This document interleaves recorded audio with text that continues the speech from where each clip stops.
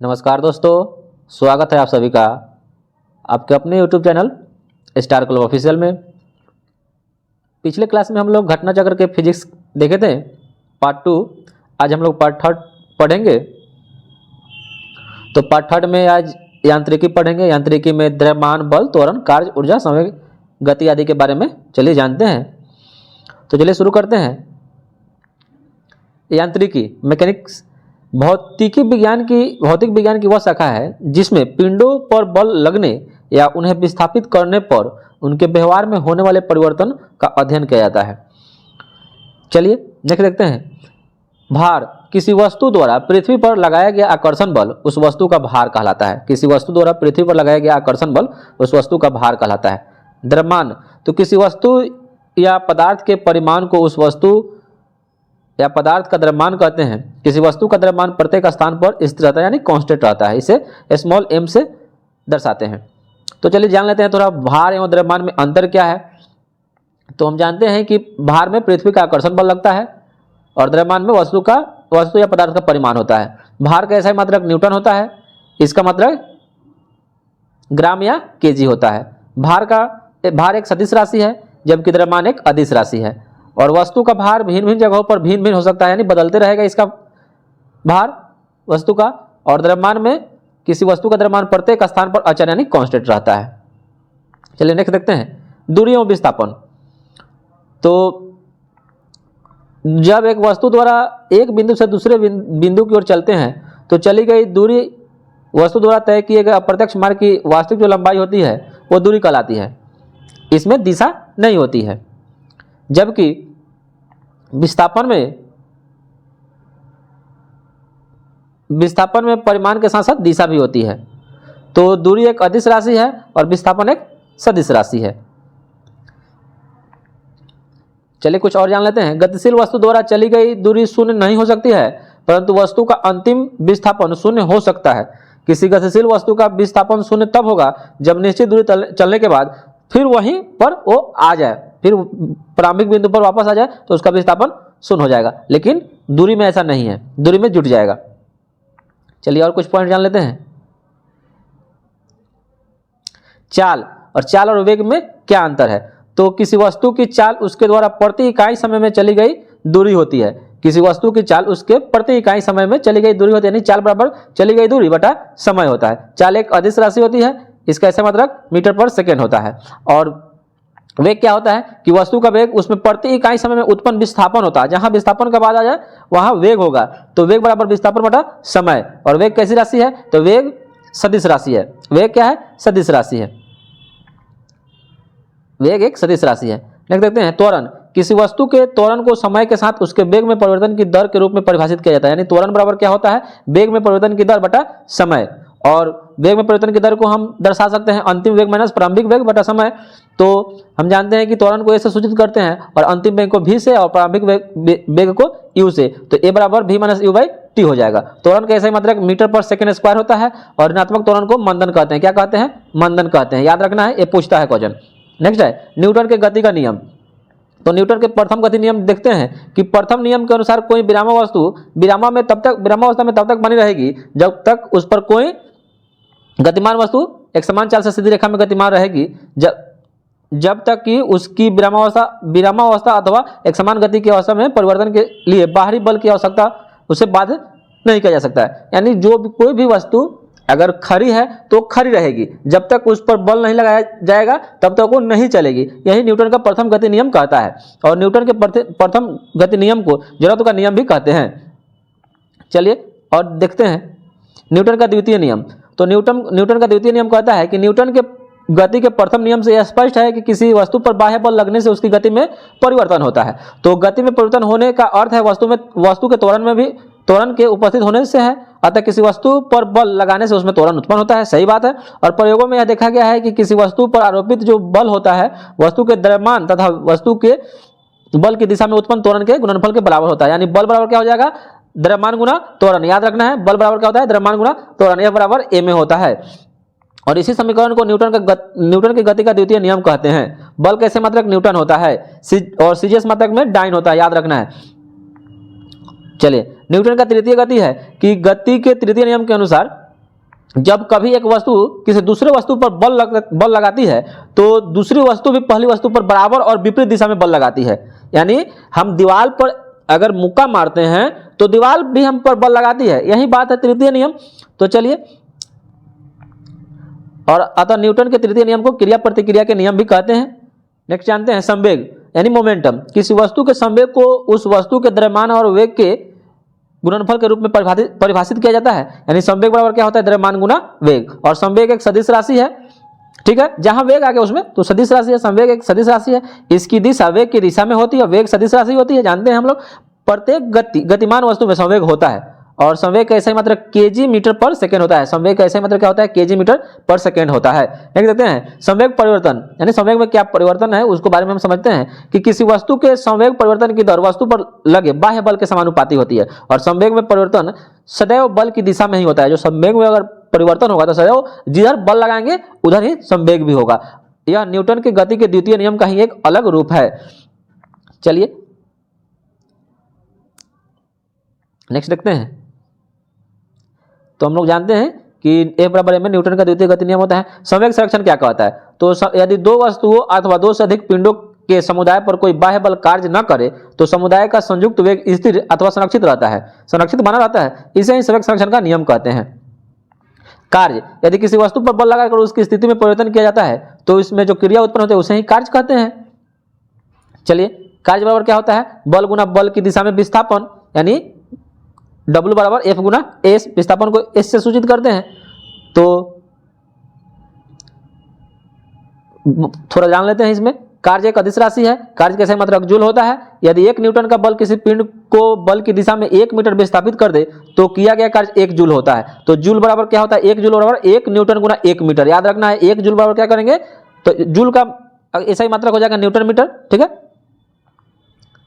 चलिए, शक्ति अथवा सामर्थ्य पावर, तो किसी मशीन अथवा कर्ता के द्वारा कार्य करने की दर यानी समय उसमें लग जाएगा तो ये क्या हो जाएगा? शक्ति हो जाएगा। यानी शक्ति बराबर कार्य बटा समय, कार्य बटा समय। यदि कोई कर्ता टी समय में W कार्य करता है तो उसकी पावर जो होगी शक्ति होगी W/T होगी। शक्ति कैसे मतलब जूल पर सेकेंड होता है, कार्य का हम जानते हैं जूल, समय का सेकेंड, इसे वाट भी कहते हैं। शक्ति का एक अन्य मात्रक होता है हॉर्स पावर। एक हॉर्स पावर 746 वाट होता है, जेम्स वाट ने इसको दिए थे, ठीक है। चलिए, एनर्जी, किसी वस्तु की कार्य करने की क्षमता उसकी ऊर्जा कहलाती है। और ऊर्जा के अनेकों रूप हो सकते हैं, जैसे यांत्रिक ऊर्जा, उष्मा ऊर्जा, प्रकाश ऊर्जा, ध्वनि ऊर्जा इत्यादि। ऊर्जा एक अदिश राशि है, इसका ऐसा ही मतलब जूल होता है। चलिए, यांत्रिक ऊर्जा, यांत्रिक ऊर्जा या किसी पिंड को कुछ यांत्रिक कार्य करने की क्षमता प्रदान करती है। 2 प्रकार की होती है, गतिज यानी काइनेटिक एनर्जी और स्थितिज ऊर्जा पोटेंशियल एनर्जी। एक पिंड की स्थितिज और गतिज ऊर्जाओं का जो कुल योग होता है ना उसी को यांत्रिक ऊर्जा कहते हैं। यानी यांत्रिक ऊर्जा बराबर क्या होता है? गतिज ऊर्जा प्लस स्थितिज ऊर्जा। चलिए जान लेते हैं गतिज ऊर्जा क्या होता है। तो यह ऊर्जा का एक रूप है जो किसी वस्तु में उसकी गति के कारण होती है। यदि किसी वस्तु का द्रव्यमान m kg तथा चाल भी मीटर पर सेकेंड हो तो वस्तु की गतिज ऊर्जा याद रखना है काइनेटिक एनर्जी बराबर हाफ mv² होता है। क्या होता है? Half mv²। बहुत ही इंपॉर्टेंट क्वेश्चन है, इसी पर आपको क्वेश्चन भी पूछ देता है न्यूमेरिकल टाइप का, वो आप बन जाएगा। चलिए, और आगे वीडियो में देखेंगे। स्थितिज ऊर्जा, यह वह ऊर्जा है जो किसी वस्तु या निकाय की स्थिति अथवा दशा के कारण होता है। स्पष्ट है कि यदि कोई वस्तु किसी बल के अंतर्गत एक स्थिति से दूसरी स्थिति में लाई जाए तो इस दौरान किया गया कार्य होता है ना, वही वस्तु की स्थितिज ऊर्जा के रूप में संचित होता है, ठीक है। स्थितिज ऊर्जा के रूप में कई रूप होते हैं। स्थितिज ऊर्जा के कई रूप होते हैं, जैसे प्रत्यास्थ स्थितिज ऊर्जा, गुरुत्वीय स्थितिज ऊर्जा और वैद्युत स्थितिज ऊर्जा इत्यादि। किसी वस्तु की स्थितिज ऊर्जा जो होती है P पोटेंशियल एनर्जी, mgh होती है, जहां m द्रव्यमान होता है, g गुरुत्वीय त्वरण होता है और h ऊंचाई होता है। चलिए प्रश्न पर चलते हैं।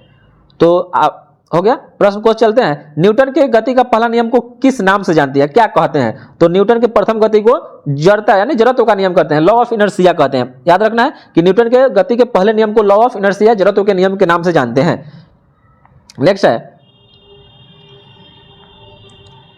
साधारण यंत्र किसी व्यक्ति की सहायता कैसे करता है? तो जो साधारण यंत्र होता है कम बल का प्रयोग करके भी उतनी ही मात्रा में काम करने में सहायता करता है। साधारण यंत्र क्या होगा? मतलब काम करने में उसकी सहायता करेगा। नेक्स्ट है एक व्यक्ति एक संवेदनशील तराजू पर खड़ा है। यदि वह गहरी सांस लेता है तो तराजू की रीडिंग क्या होगा? अगर गहरी सांस लेगा तो क्या होगा? उसकी रीडिंग जो हो जाएगी बढ़ जाएगी। पहला आंसर हो जाएगा बढ़ जाएगी।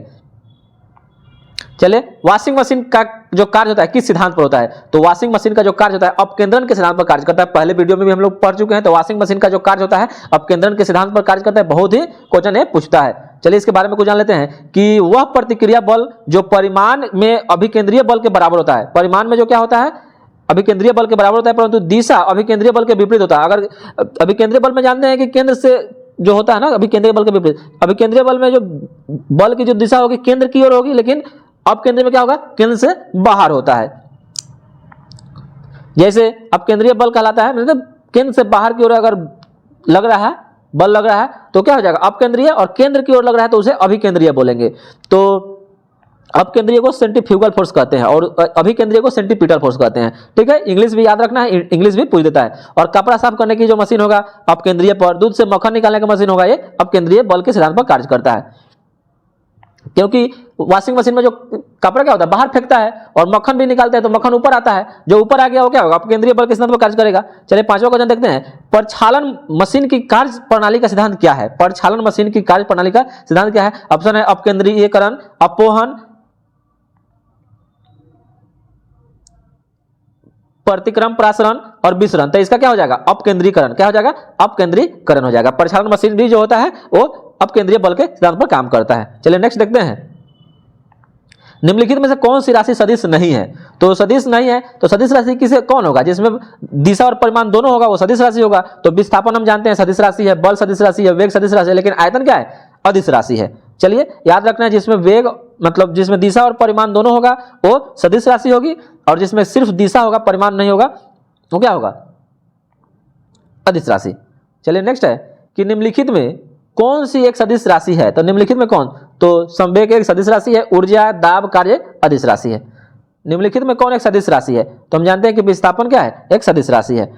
नेक्स्ट है पदार्थ के संवेग और वेग के अनुपात से कौन सी भौतिक राशि प्राप्त होती है? पदार्थ के संवेग और वेग के अनुपात से कौन सी भौतिक राशि प्राप्त होती है? तो याद रखना है ये द्रव्यमान होती है। ठीक है,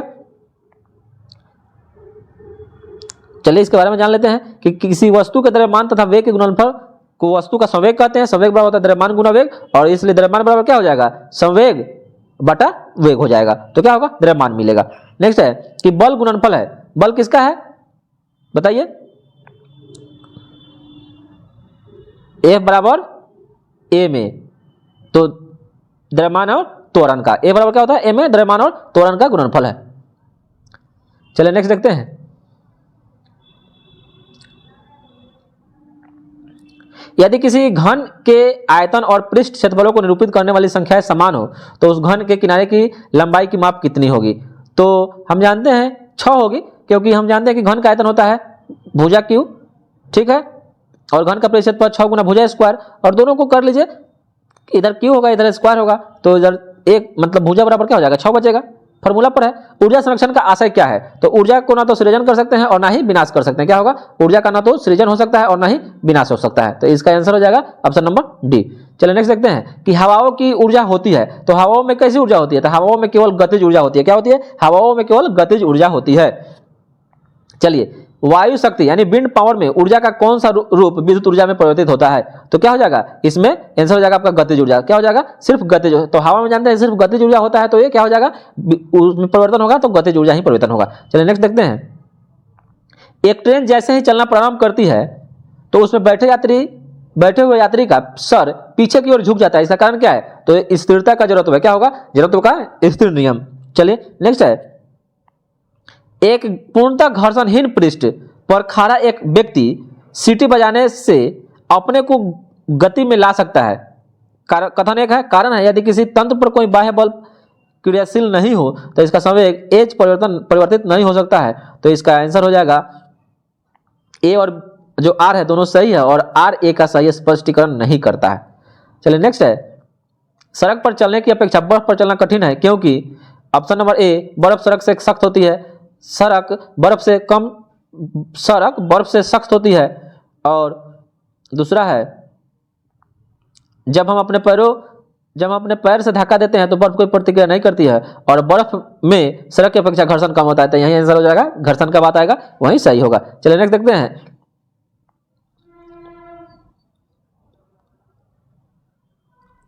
एक मनुष्य स्थिर नाव से 5 मीटर प्रति सेकंड की चाल से कूदा और नाव 0.5 मीटर पर सेकंड की चाल से खिसकी, तो बताया कि नाव का द्रव्यमान मनुष्य के द्रव्यमान का कितना गुना है। तो ये जानते हैं, चलिए इसके बारे में थोड़ा जान लेते हैं कि माना व्यक्ति का द्रव्यमान m है और नाव का द्रव्यमान n है, तो नाव प्लस व्यक्ति के कूदने से पूर्व संवेग तो 0 था और व्यक्ति के कूदने के उपरांत दोनों का संवेग m गुना 5 और n गुना 0.5 है, जितना गुना है उसका कर लीजिए, क्योंकि संवेग में परिवर्तन यहाँ है। तो कर लीजिए संवेग संरक्षण के सिद्धांत से, तो क्या हो जाएगा, बराबर 0 होता है, फॉर्मूला पर है, तो इसका 10 हो जाएगा। चलिए नेक्स्ट है न्यूमेरिकल है, न्यूमेरिकल पढ़ेंगे बाद में। कह रहा है कि दो समान द्रव्यमान की वस्तुओं की गतिज ऊर्जाओं का अनुपात 4:9 है, 4:9 है, तो उसके वेगों का अनुपात क्या होगा। तो क्या होगा, वेग जानते हैं, गतिज ऊर्जा हाफ p स्क्वायर होता है, तो रूट इसका चढ़ा दीजिए तो 2:3 हो जाएगा। चलिए बहुत आसान है। नेक्स्ट है कि त्वरण ज्ञात करने का सही सूत्र क्या होता है, तो a बराबर v minus u by T होता है, a बराबर v minus u by T होता है। चलिए याद रखिएगा।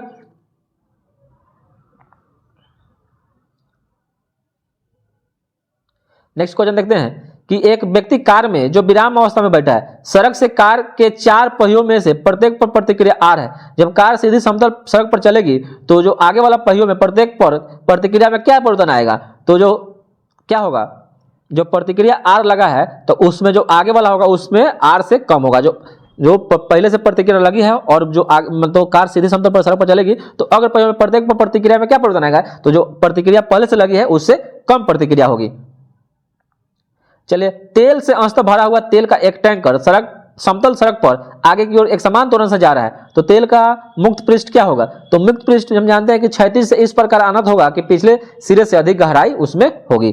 चलिए नेक्स्ट देखते हैं कि निम्नलिखित कथनों पर विचार करना है। एक तीक्ष्ण वृत्ताकार पथ पर तीव्र गति से जाता हुआ 4 पहियों वाला वाहन बाहरी पहियों पर उल्टेगा, अंदर के पहियों पर उल्टेगा, बाहर की ओर फिसलेगा, अंदर की ओर फिसलेगा। तो इसका आंसर हो जाएगा 1 और 3। बाहरी पहियों पर उल्टेगा और बाहर की ओर फिसलेगा, क्योंकि अंदर की ओर तो फिसलता नहीं है, बाहर की ओर ही गिर जाता है। क्यों, प्रथम नियम से, जड़त्व के नियम से।